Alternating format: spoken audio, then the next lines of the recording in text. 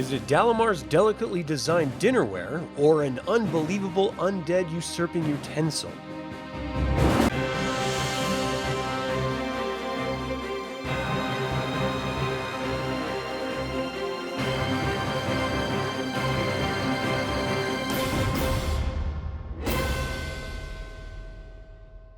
Welcome to another DragonLance Saga episode. My name is Adam, and today we're going to talk about the Kender Spoon of Turning. I would like to take a moment and thank the members of this channel, and invite you to consider becoming a member by visiting the link in the description below. You can even pick up DragonLance gaming materials using my affiliate links. I am referencing Dragons of Summer Flame, Dragon Magazine number 421, and Holy Orders of the Stars sourcebook for this information. If I leave anything out or misspeak, please leave a comment below. We're familiar with the colorful characters of Dragonlance making extraordinary claims about mundane items. The first I was introduced to was in Dragons of Autumn Twilight, when the companions were searching through Xak Tsaroth and they ran across an Ahgar Dwarf named Bupu. Bupu led the companions to a secret door which she claimed to have opened with her magical dead rat, which she promptly presented to Raistlin. The irony here is that it was Tasslehoff Burrfoot who dispelled the claim about the dead rat being magical, as he witnessed Bupu unknowingly step on a hidden floor lock which opened the secret door, not the magical rat. The ironic part of this is that it is Tasslehoff Burrfoot in Dragons of Summer Flame who makes a similar claim about a mundane item having extraordinary abilities, this time in the form of a spoon. You see, when Taz met Usha and told Jenna that she was Raistlin's daughter, Dalamar brought them both to the Tower of High Sorcery in Palanthas. It was there that Dalamar offered them both a meal, and he and Jenna talked. Tasslehoff couldn't help but admire the quite remarkable silver spoons, each having been marked with intricate designs that Taz guessed were elven. Each was marked with Dalamar's initials, he speculated. He slipped one in his pouches, unknowingly of course, because Kender aren't thieves. When Dalamar and Jenna returned, Dalamar noted the missing spoon and retrieved it. It must have been fortunate that Taz had found it on the floor after all. Knowing he had to get to the bottom of Usha's parentage and not wanting to let the purported thief and Kender alone in his tower, he summoned a tower specter to guard the two who were also locked in the room. In any situation, a tower specter would be sufficient to stop anyone from moving about the tower. It even prevented Dalamar from entering his Shalafi's room after he was the tower's master. So what could possibly stand up against the specter? How could a thief and a Kender pose any credible challenge to the tower's specter's authority? Well, as Usha and Taz slept deep in the enchantment Dalamar cast over them, Tasslehoff's hands were still busy, well, handling. He unknowingly pocketed a silver spoon. When the enchantment wore off and the two woke, they naturally decided to leave the room. A lock wouldn't pose any significant threat to the pair. However, they were not expecting the specter. After retreating from the specter, they were forced to come up with another plan. Tasslehoff, being a Kender, just knew he must have something in his pouches that would aid them in their liberation from the room and ultimately the tower. So he fished through his pouches and drew out a silver spoon. Elated, he immediately recognized it as the Kender Spoon of Turning.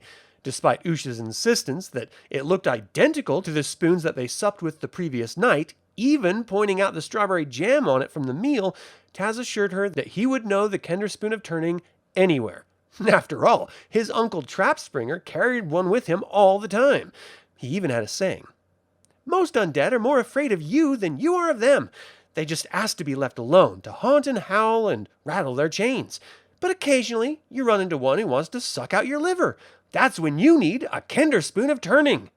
Taz insisted that the red mark wasn't strawberry jam, but rather blood. He described how it should be used like this.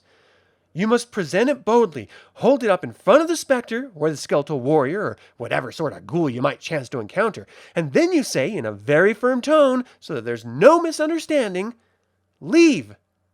Or maybe, be gone. He wasn't quite sure which. I will admit that this all sounds like a Kender tale, but they did in fact get out of the Tower of High Sorcery, so who knows, right? The Kender Spoon of Turning would make continued appearances throughout the novel Dragons of Summer Flame, taking the role of the dead rat joke from Dragons of Autumn Twilight. Taz claims against all evidence to the contrary that it is in fact a holy relic given to his uncle Trapspringer by Mishakal herself. Or was it Reorx? He forgets. The spoon would be such an impactful device that at the end of the novel, when they defeated Chaos and Taz was killed by him, the spoon was left behind and discovered by Usha and Palin. That should be the end of it, right? Well, not quite. You see, fans love a good Kender tale, and the Kender Spoon of Turning would make an appearance in not one but two official sources as a minor artifact in Holy Order of the Stars, Dungeons & Dragons 3rd edition sourcebook, and as a holy symbol in Dragon Magazine, number 421 for Dungeons & Dragons 4th edition. And though the properties differ slightly, the lore behind it is clear. Religious sages tend to agree that the gift was handed down directly from the god Branchala, who had a fondness for Kender. Branchala knew that the Kender would never lose the artifact, and that it would stay in perpetual circulation among the Kender. The holy relic appears as a silver piece of fine dinnerware with a persistent red spot. The ignorant may claim it to be strawberry jam, but those in the know recognize otherworldly ghost guts when they see it. This is proven when the guts reappear after being licked off, repeatedly. The powers of this artifact allow a Kender, and only a Kender, to turn undead as if they were a powerful cleric, and are even immune from death while holding it. We know now that just as Chaos was about to crush Tasslehoff Burrfoot, he used the device of time journeying to travel into the future to say goodbye to his friends. We know the misadventures that follow from the War of Souls trilogy, but the Kender Spoon of Turning was rumored to have been left in the future. But if that's so, how was it that Usha and Palin discovered it after Taz returned to his present and ultimate death? My friends, I have a theory. Suppose that Uncle Trapspringer did in fact have the Kender Spoon of Turning that Branchala created and gifted the race.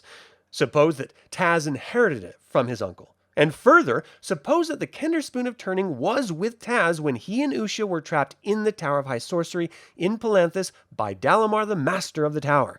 If all that is possible, then the silver spoon that Taz handled from Dalamar's table was just a silver spoon with strawberry jam on it, and not the Kender Spoon of Turning that Taz would then go on to use and lose in the future.